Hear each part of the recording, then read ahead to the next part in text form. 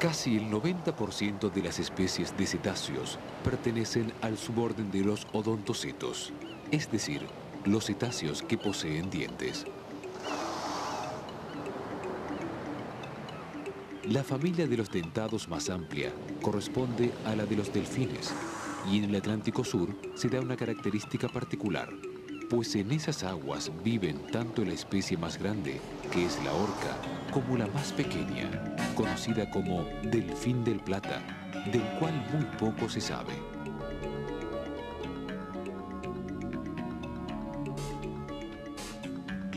Mucho se ha dicho acerca de los delfines, sobre todo de su afinidad con el hombre. Este acercamiento se remonta a la antigüedad, ya que su sociabilidad ganó el aprecio de los navegantes, acompañando a los barcos en sus travesías.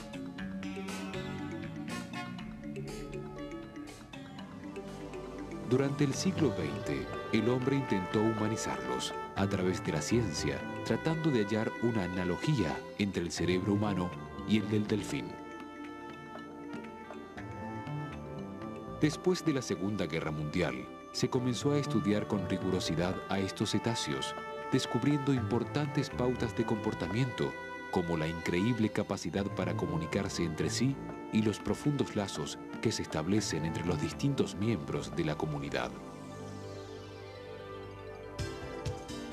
Los complicados ejercicios que realizan en los grandes oceanarios del mundo los ha colocado en una muy especial posición frente a los ojos de la humanidad. Hasta se ha afirmado que su inteligencia solo es igualada por los primates, dando muestra, además, de un amistoso carácter.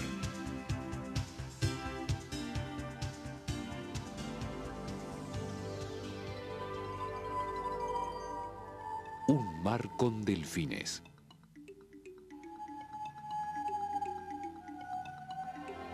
La evolución de los odontocetos produjo un alargamiento del cráneo, dando como resultado una forma de pico. Estos cambios se asociaron con el desarrollo de la capacidad de localizar objetos a través de la ecolocalización y la modificación de los dientes para capturar peces. La dentición de los antecesores de los cetáceos eran similares a la de los carnívoros terrestres, pero para capturar peces es ideal una larga hilera de dientes cónicos irregulares, tal cual hoy presentan estos mamíferos. Si bien la mayoría cuenta con gran cantidad de piezas dentales, algunas especies que se alimentan de calamares, como los pertenecientes a la familia de los sífidos, parecen convertirse en desdentados. Tras la búsqueda de cetáceos varados, nuestro equipo realizó durante la década del 70 un extenso relevamiento a lo largo de muchas playas solitarias de la Patagonia.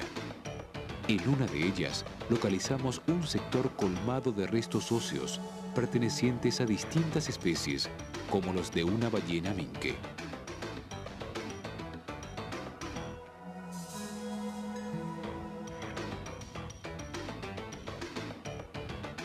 La gran sorpresa fue el hallazgo de una gran especie de delfín que generalmente vive y muere mar adentro y de la cual existían muy pocos registros. La carencia de dientes nos decía que se trataba de un gran sífido y en efecto era un gran ejemplar de Ziphius cabirostris, conocido vulgarmente como delfín picudo de Cuvier. Los individuos de esta especie, cuya longitud promedio es de 6 metros, poseen solamente 2 dientes, y en las hembras, como en este caso, no son visibles, pues permanecen ocultos debajo de la encía.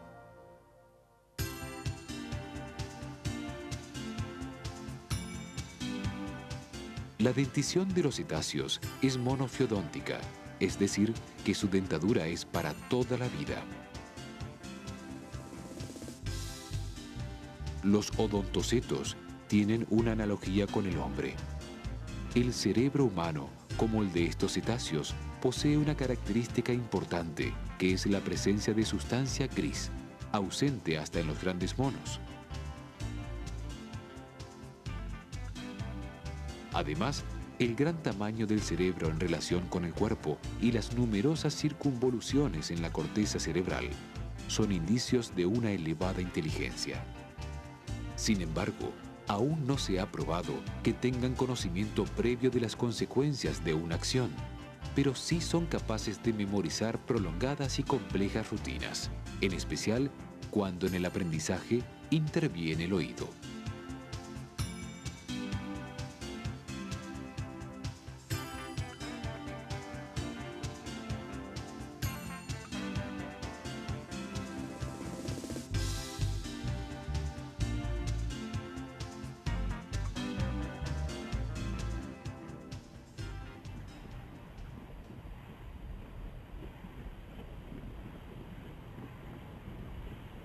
Los delfines son animales muy sociables, conviviendo en grupos que a veces alcanzan los 2000 ejemplares. Esta vida grupal tiene muchas ventajas. Una de ellas es asegurar su defensa contra sus predadores, como la orca y el temible tiburón. Los escualos atacan generalmente a las crías y ganan la batalla cuando pelean con algún delfín aislado. Pero ante una manada organizada, difícilmente el tiburón escape con vida, pues lo agreden con furia, dándole fuertes golpes en el hígado.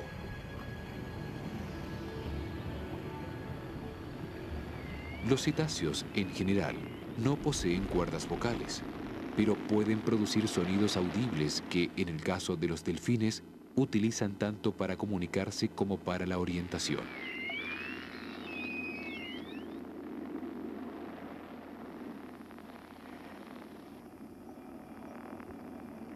Estos mensajes sonoros son muy variados y pueden definirse como un verdadero y complejo lenguaje.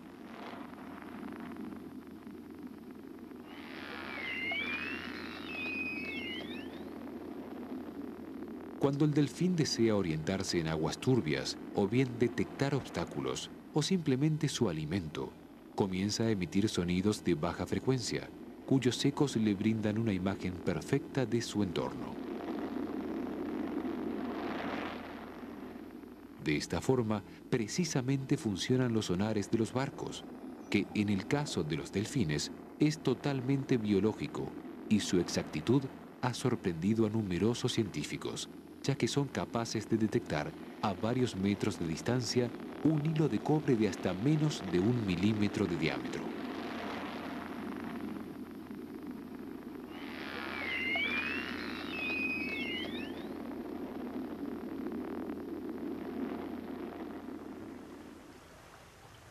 El director de entrenadores de mamíferos marinos del acuario de la ciudad de Mar del Plata realiza con los delfines un simple e interesante ejercicio que evidencia el funcionamiento de este sonar biológico. El sistema de ecolocalización de los delfines funciona de la siguiente forma. Ellos emiten sonidos que van dirigidos hacia un objeto o elemento, esto puede ser un pez, y de esta manera el delfín, emitiendo esta onda sonora, va a rebotar contra ese elemento o contra ese objeto, va a volver y es captada por la mandíbula inferior. La mandíbula inferior tiene una sustancia aceitosa, que es un líquido vehículo que lo va a comunicar con el oído medio. De allí pasaría al cerebro, donde se produce una imagen sónica y el delfín puede determinar qué densidad tiene, a qué velocidad se desplaza a través de este sistema. Nosotros hemos hecho una muy buena experiencia aprovechando, hemos tomado uno de nuestros delfines y lo hemos preparado para poner en práctica este sistema. Ponemos una ventosa en cada ojo, donde el delfín no puede ver absolutamente nada. Después arrojamos un elemento al agua y el delfín va ecolocalizando hasta el objeto, lo toma, lo trae en su trompa y lo entrega en el borde de la pileta. De esta forma nosotros pusimos en práctica y estamos mostrando cómo ecolocalizan los delfines a través de este sistema.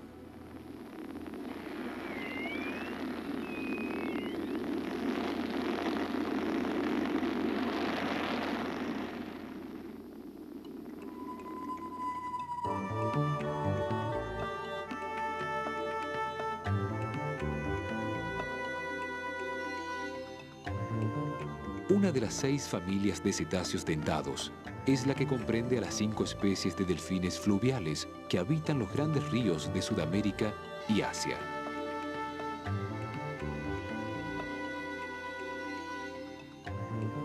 La franciscana o delfín del Plata, conocida por los biólogos como Pontoporia blainvillei, es la única que vive tanto en el mar como en las turbias aguas del Río de la Plata, además de ser el cetáceo más pequeño de todos los conocidos.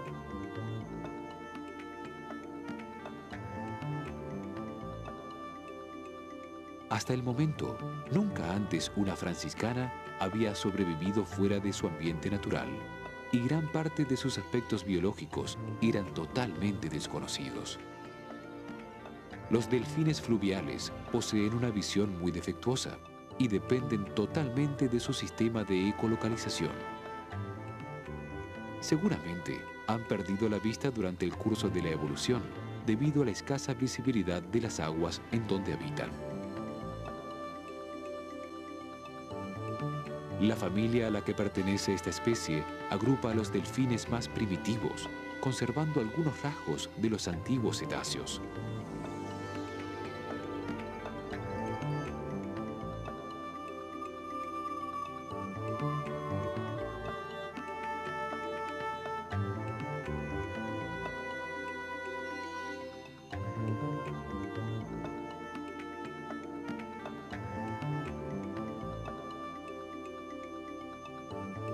Como un acontecimiento único, científicos de la Fundación Mar del Plata Aquarium rescataron este ejemplar de la playa, logrando con éxito un año de sobrevivencia.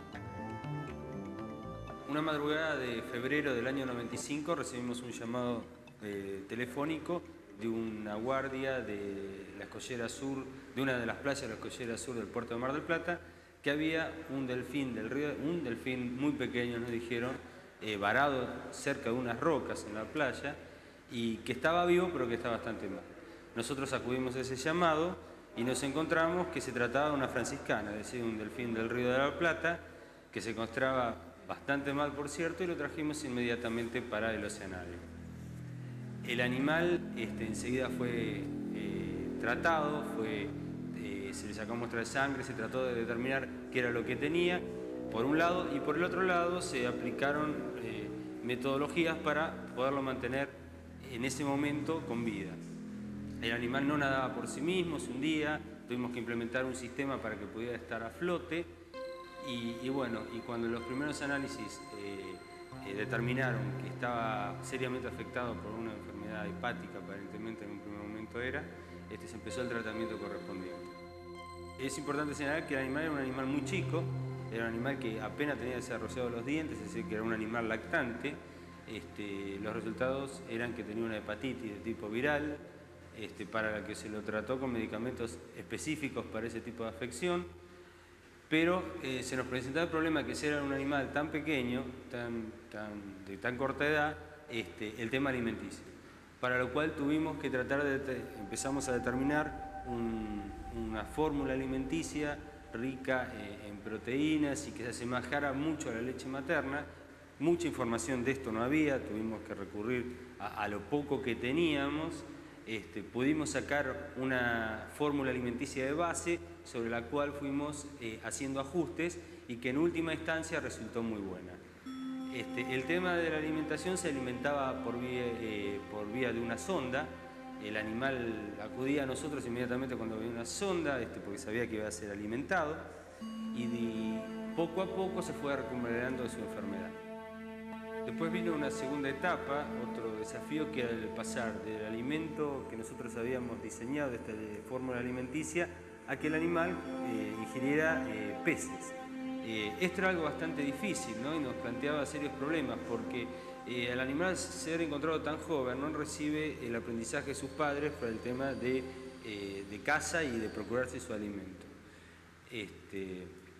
Esto nos llevó bastante tiempo. El animal estaba muy inducido a comer de la sonda y no necesitaba, no sentía ese estímulo de ir a cazar o procurarse una presa viva.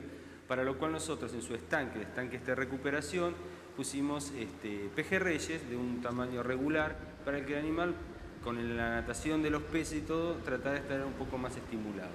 En un primer momento no le dio mucha importancia. Para esto pasaron, digo en primer momento, pero fueron varios meses, ¿no? Sin embargo los veía. Con el tiempo lo fue corriendo, le llamó un poco más la atención Y una mañana nos encontramos que aparentemente habían desaparecido peces en su pileta. Por supuesto, lo atribuimos primero a que habíamos contado mal, no estábamos muy seguros, pero finalmente la vimos como la pontoporia arrinconaba a los peces y los cazaba.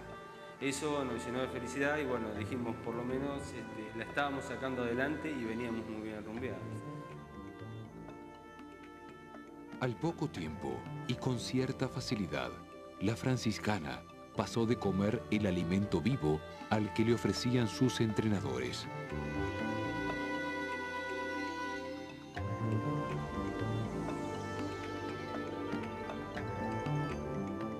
El hecho de contar con este ejemplar dentro del acuario posibilitó ampliar los conocimientos y transportar esta experiencia a las poblaciones naturales que están muy afectadas por las artes de pesca.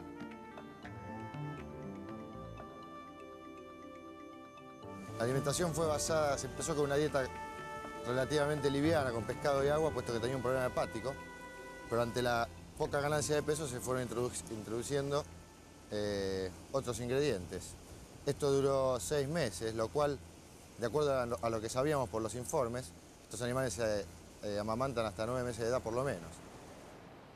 A pesar de ser un lactante, se introdujo a la dieta el pescado entero, pequeños pescaditos, puesto que no sabíamos cuándo íbamos a tener el cambio de dieta.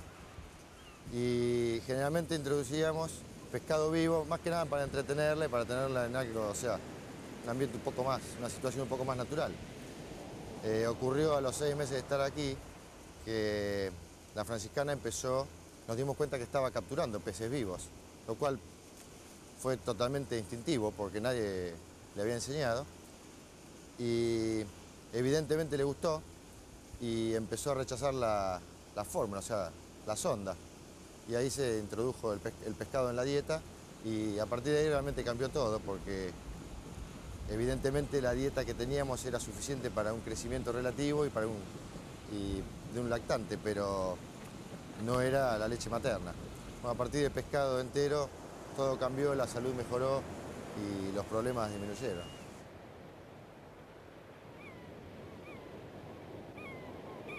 La observación del animal es permanente y se efectúan periódicamente, un mínimo de 2 meses por mes, extracción de todas las muestras para análisis de laboratorio, que son la base de los conocimientos del estado de salud del animal. Es lo más objetivo que tenemos.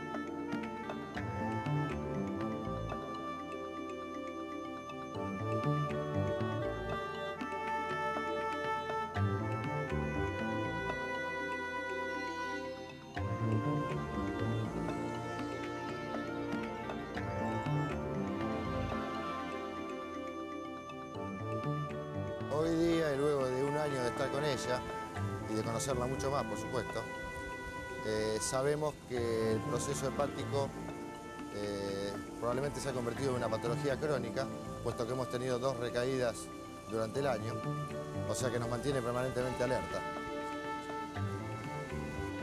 Siempre existen complicaciones y bueno, no nos podemos dormir.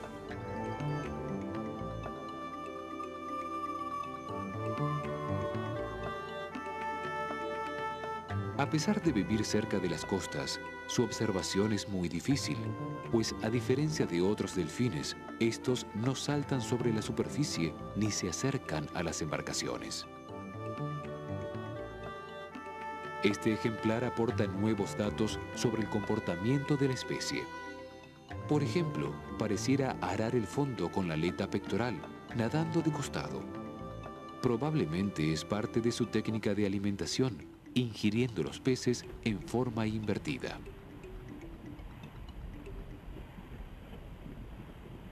También el hecho de nadar con el vientre hacia arriba podría deberse a una posición para ecolocalizar más eficazmente los objetos del fondo.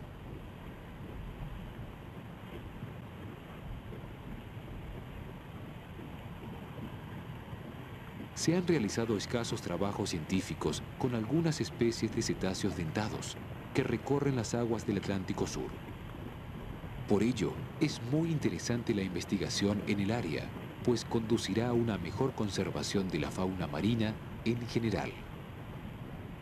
Mi trabajo con los delfines consiste en hacer un estudio de la interacción que se produce entre estas especies y la pesca de altura. Nosotros hemos detectado en el transcurso de estos 5 años que por lo menos hay 2 especies, que son el delfín oscuro y la tonina overa, están afectadas de alguna manera por esta actividad. Así que esto, por un lado, necesitaba estimación de tasas de mortalidad, los estudios de uso común de recursos que los delfines consumen, especies comerciales, consumen merluza, consumen anchoita, calamares, pero al mismo tiempo tener una referencia al número de individuos, porque no sabíamos cuántos delfines había en el mar argentino. Y esto no era como con los lobos marinos, que nosotros teníamos bases de datos de 25 años, técnicas puestas a punto, etc. Necesitamos empezar de cero. Y a través del plan de manejo de la zona costera patagónica que coordina la Fundación Patagonia Natural, tuvimos la oportunidad de empezar a desarrollar todas estas metodologías. Esto consiste básicamente en hacer relevamientos del mar abierto, en el océano, con aviones o con barcos. Nosotros por la zona particularmente elegimos los aviones para volar y hacer conteos o censos de los individuos que se ven en estas transectas que se hacen sobre el mar. Y barrer de esta manera una franja de mar que puede ser aproximadamente de unos 500 metros, en la cual se cuentan las manadas y los individuos que componen cada manada de cada una de estas especies. Entre estas estimaciones, la única que tenemos por el momento, que es una estimación preliminar, en la zona del norte de Santa Cruz, entre Cabo Blanco y Puerto Deseado, un poquito más al sur, es una franja que tiene aproximadamente unos 100 kilómetros de largo por unos 30 kilómetros de ancho. La estimación nuestra nos da aproximadamente unas 280, 300 toninas overas. Después tenemos relevamientos hechos en el Golfo San Jorge, dentro del Golfo San Jorge, por fuera del Golfo San Jorge. Esta zona es una zona de alto impacto de la pesca.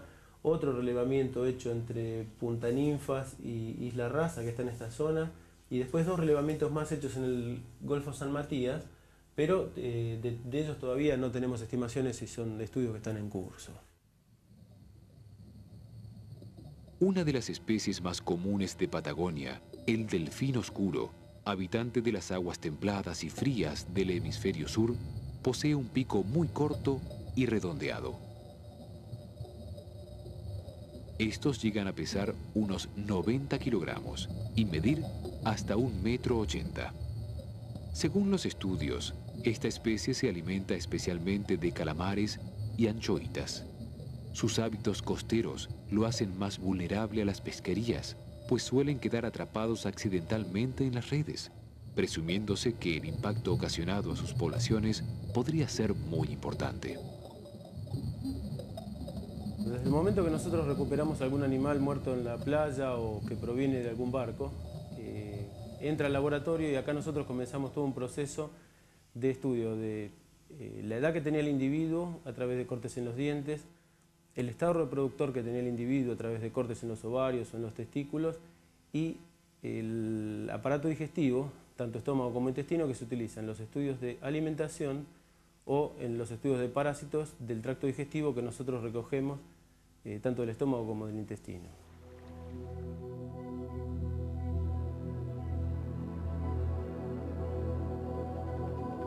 Para determinar la edad nosotros hacemos cortes en los dientes. Por ejemplo, en dientes de animales muy grandes como el cachalote o los lobos, los elefantes marinos, las orcas, lo que hacemos de un diente es cortarlo con sierra, pulirlo con una amoladora, con una piedra y después lija al agua para darle un pulido fino y en los dientes aparecen bandas de crecimiento de la misma forma que aparecen en los árboles. De esta forma, contando estas bandas o los anillos, si el corte fuera transversal, nosotros podemos saber cuántos años tenía un individuo de estos. Particularmente este cachalote era un cachalote de 27 años, esto es de otro cachalote que tenía 20 años y esto es de un elefante marino de 7 años. ¿Ves? El diente es mucho más grueso, hueco en este caso, y a medida que el animal va creciendo en edad, el diente se va rellenando y se hace más macizo.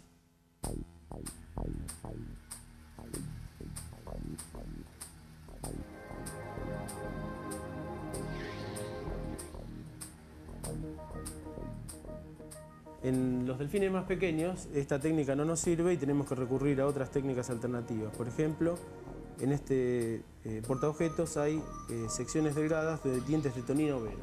Es decir, los dientes de tonina overa son dientes de 7-8 milímetros, a veces un poquito más grandes, para los cuales hay que descalcificar el diente, cortarlo con un micrótomo de congelación y después colorearlo con colorantes específicos. Esto después se mira en la lupa o en el microscopio y se ven las bandas de la misma forma que nosotros las vemos en estos casos, pero a través de la ayuda de material óptico como es una lupa o un microscopio.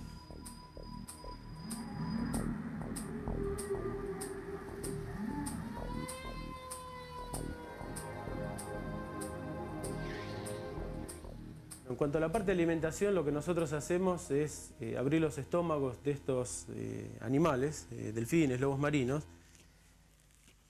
Por ejemplo, aquí lo que yo tengo en la mano es el pico córneo de un calamar de profundidad que fue ingerido por un cachalote, digamos, en el año 89. Estos calamares de profundidad viven a 1500, 2000 metros o más. Y, por ejemplo, este animal tenía, a través de ciertas medidas que nosotros podemos tomar en el pico, la estimación de que tenía cerca de 7 u 8 metros, aproximadamente calamares más grandes de 15 metros, de hasta 15 metros. Pero los calamares más pequeños, que son los comerciales, los que nosotros comemos, por ejemplo, fíjate el tamaño del pico en la palma de mi mano, comparado con un calamar gigante. Estos calamares, los comerciales, son calamares de 15, 20, 30 centímetros, que son los que habitualmente se utilizan en la pesquería comercial.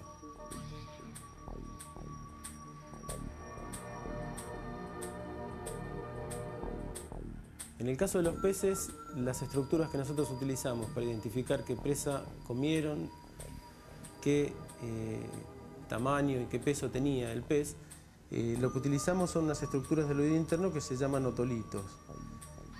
Estos otolitos, por ejemplo, este que tengo en la palma de la mano, es un otolito de merluza común. Cada otolito es diferente. Por ejemplo, este es el otolito de una corvina rubia. Este es el otolito de un mero. Son todos diferentes. Y a través del otolito nosotros podemos saber qué especie se había comido y qué tamaño y peso tenía el pez que el mamífero marino había comido. La tonina overa es otro de los delfines más pequeños.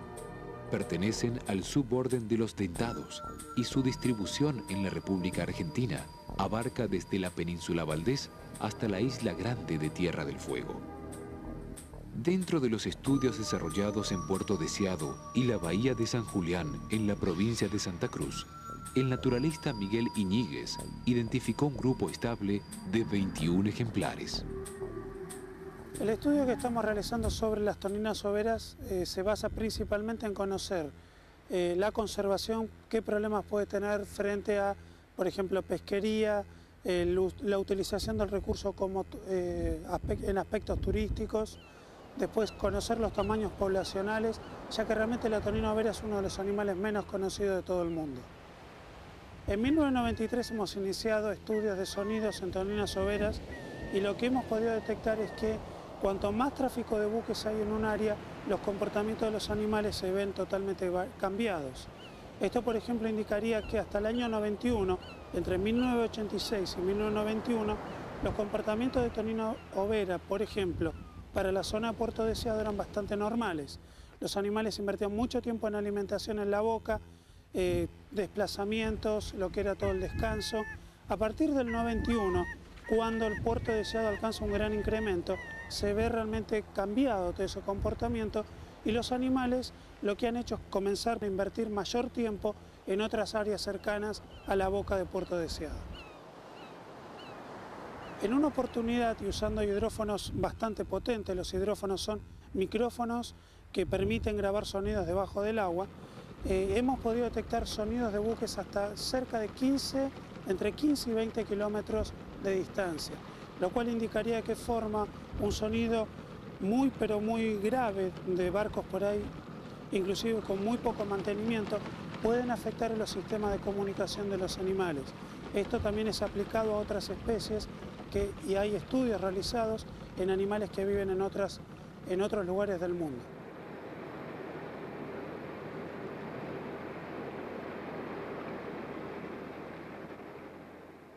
El típico color blanco y negro que presentan las toninas les sirven para poder mimetizarse en el ambiente. Entonces eso les lleva a poder esquivar predadores o buscar presas. Entre los principales predadores de la tonina overa nosotros encontramos las orcas. Cuando las toninas overas descubren un grupo de orcas cerca, tienen dos opciones. Una es buscar mar adentro a través de grandes saltos, o directamente se esconden en el medio de los colchones de algas que se forman sobre la costa y de esta manera evitan al cazador, como puede ser la orca. Otro de los grandes predadores lo constituyen los grandes tiburones, cuya potencial presa son las crías de tonina overa. Al igual que el resto de los cetáceos, la orca desciende de un mamífero terrestre que se adaptó maravillosamente al medio acuático.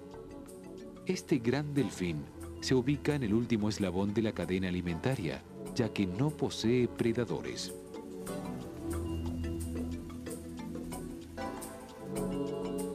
Es el cetáceo de mayor distribución del mundo. Se lo ha visto tanto en zonas ecuatoriales templadas como polares. Los machos alcanzan los 9 metros de longitud y las hembras 6. El peso de un adulto ronda los 8.000 kilogramos y la impresionante aleta dorsal llega a medir 1,5 metros de altura.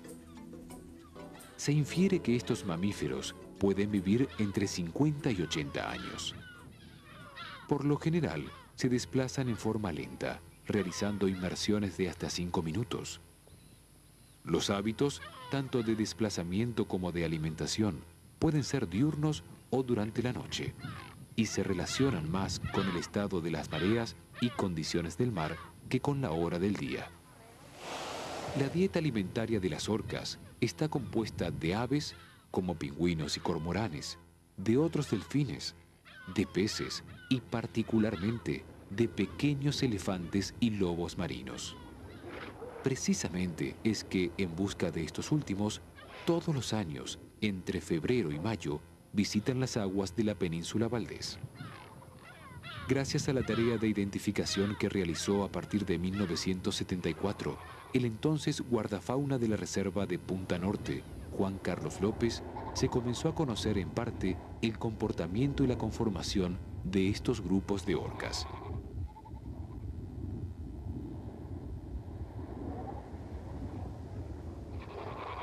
Como teníamos ya el dibujo y las fotos de cada una de las orcas, yo les puse primero un código, ¿no? El grupo A era el primer grupo que yo había identificado, el grupo B, el grupo C. Cada grupo tenía un número, además 1, 2, 3, 4. Era el orden de identificación que yo fui haciendo para yo más o menos tener una idea de cómo fui avanzando en el trabajo. Y luego decidí colocarle un nombre. Me pareció más simpático que A1 o B3. Era muy frío en números y letras, así que coloqué nombres, y los nombres, bueno, involucraban a personas que habían trabajado conmigo o me habían ayudado en el proyecto. Era una forma de agradecimiento, de homenaje hacia ellos. Por eso una orca se llamó Bernardo, era en homenaje a Bernardo Gursit. Mel, en realidad, en su inicio pensamos que era una hembra, le habíamos puesto Melanie, que era la esposa de Bernardo, Melanie Gursit. Y luego comenzó a tener un crecimiento tremendo la aleta. Yo me enteré que en Canadá ha pasado lo mismo. Investigadores que pensaron que algunas orcas eran hembras, de golpe se dieron cuenta que eran machos, porque la aleta dorsal tuvo un crecimiento espectacular y demostró que sí, que se trataba de un macho. Por eso ahora Melanie pasó a ser Mel, simplemente, o sea, para corregir ese error. Des y Jen, bueno, era por Des Bartlett y Jenny Bartlett, o sea, todos homenajes a personas. Y así le fui colocando distintos nombres que, bueno, actuales investigadores ahora también colocan nombres a las orcas que están apareciendo en el lugar, también acorde a lo mismo, un poco homenaje a esas personas que se conoce. Es una norma que se hace con este tipo de trabajo. Pero yo con eso armamos una especie de catálogo primario para que la gente de la zona comenzara a conocer a las orcas. Se comenzó a intentar cambiar la mentalidad de las personas. Eso es una parte, creo, muy importante, porque si no uno entra en la parte de investigación fría, de conocer qué pasa con el animal, pero de pronto si no planificás un trabajo de divulgación, a su vez no lográs proteger a ese animal. Más cuando la orca tenía esa fama tan tremenda de animal asesino, donde en el año 1976 Bernardo y Mel habían sido ametrallados en la provincia de Río Negro por un error de un funcionario que pensó justamente que como comían lobos, ponía en peligro una lobería que era un atractivo turístico y económico para la provincia, y consideró que las orcas eran individuos ajenos a la lobería y había que matarlas. Así que me tiraban casi 2 años de estudio con respecto a las orcas y las llegaban a matar. Mel sufre las consecuencias de un impacto de bala con salida en la aleta dorsal, está cae flácida hacia el costado y ahora se ha enderezado bastante, pero se mantiene torcida hacia uno de los lados, que muestra un poco ese problema. Y luego, se llegó a un acuerdo con Río Negro para que no se vuelva a cometer este tipo de error, que era de un individuo nada más, no de una población o de otros funcionarios. Y bueno, en este momento las orcas están siendo protegidas totalmente en esa provincia también, ¿no? Las hembras alcanzan la madurez sexual a los 15 años, pudiendo procrear hasta los 40. Durante toda la vida podrán dar a luz unas 5 crías, porque entre cada parto transcurren entre 5 y 10 años. Una vez preñada, gestará su cría durante 1 año para parir entre diciembre y febrero. A pesar de que a los 6 meses de vida ya son entrenados por sus padres en las técnicas de cacería, esta tarea es desarrollada casi siempre por el líder del grupo. El resto de los integrantes aguardan mar adentro, a la espera de la presa capturada. Las orcas que visitan esta zona adquirieron fama mundial debido a la espectacularidad de la técnica de caza que aquí adoptan.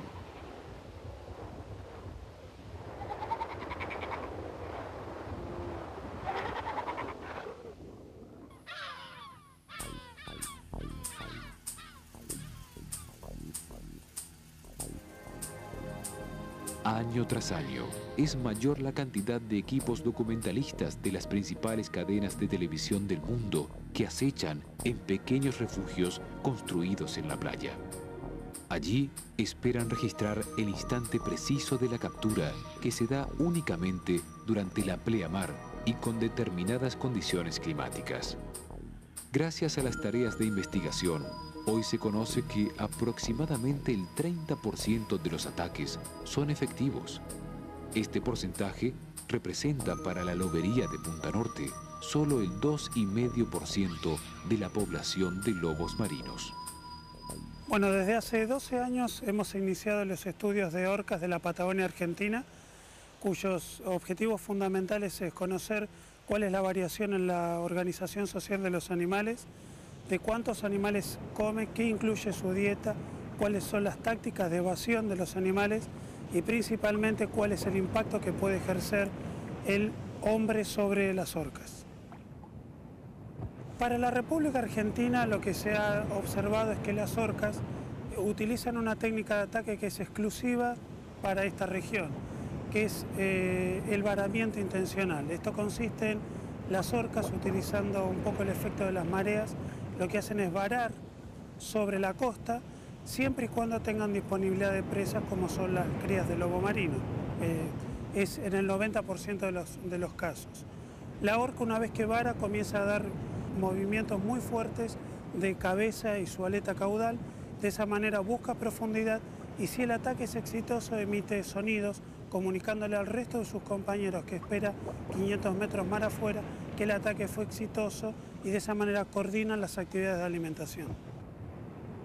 Vanessa Tosenberger, integrante del equipo de investigación, registra a través del hidrófono los sonidos que ocasionalmente pueden producir las orcas. Durante la bajamar, accede a los canales de ataque y coloca el micrófono especial sujeto a uno de los laterales de la restinga. Los sonidos, grabados en una cinta magnética, serán analizados luego en el laboratorio.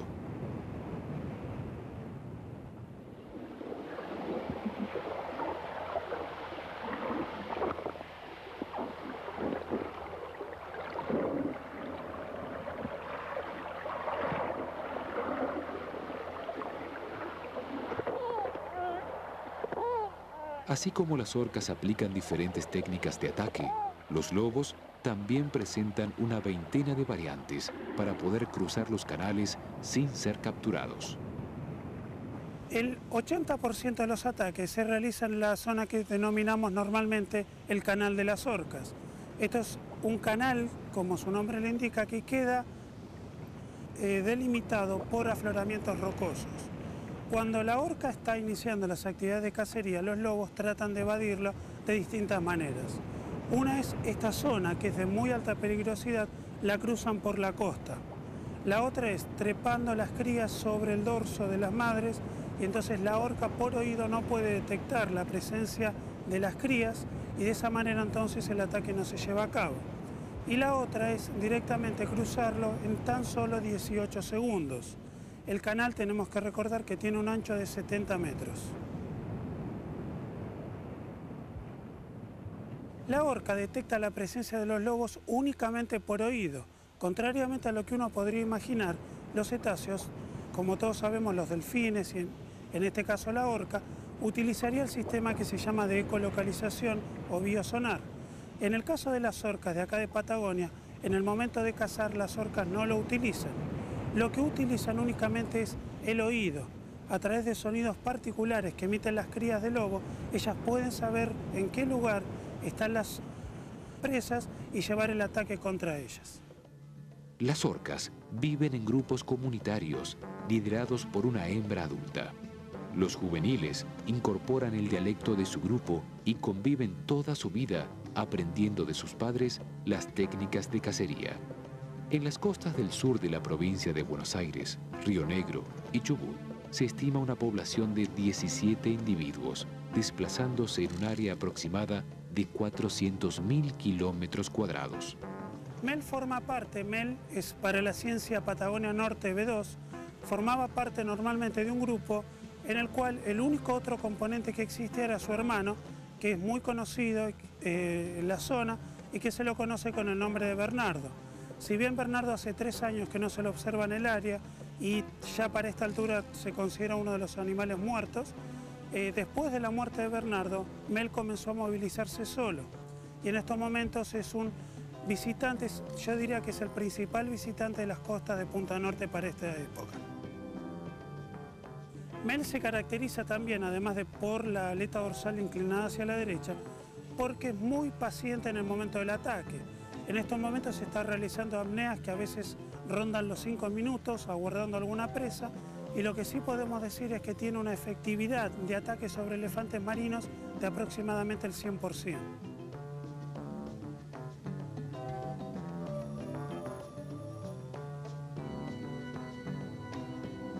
Cuando hay ataques de orcas y en el grupo de orcas llega a haber juveniles, se da algo que hasta ahora se ha registrado solamente en estos animales aquí en nuestro país y que son todo lo que se refiere a entrenamiento de crías.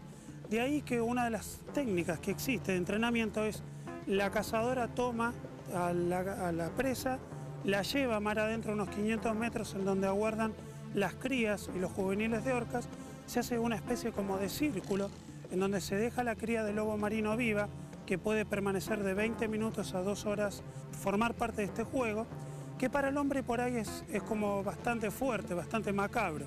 Sin embargo, de esto depende la supervivencia de los animales, porque los juveniles son entrenados por los adultos en la forma de manipular y de manejar a sus presas.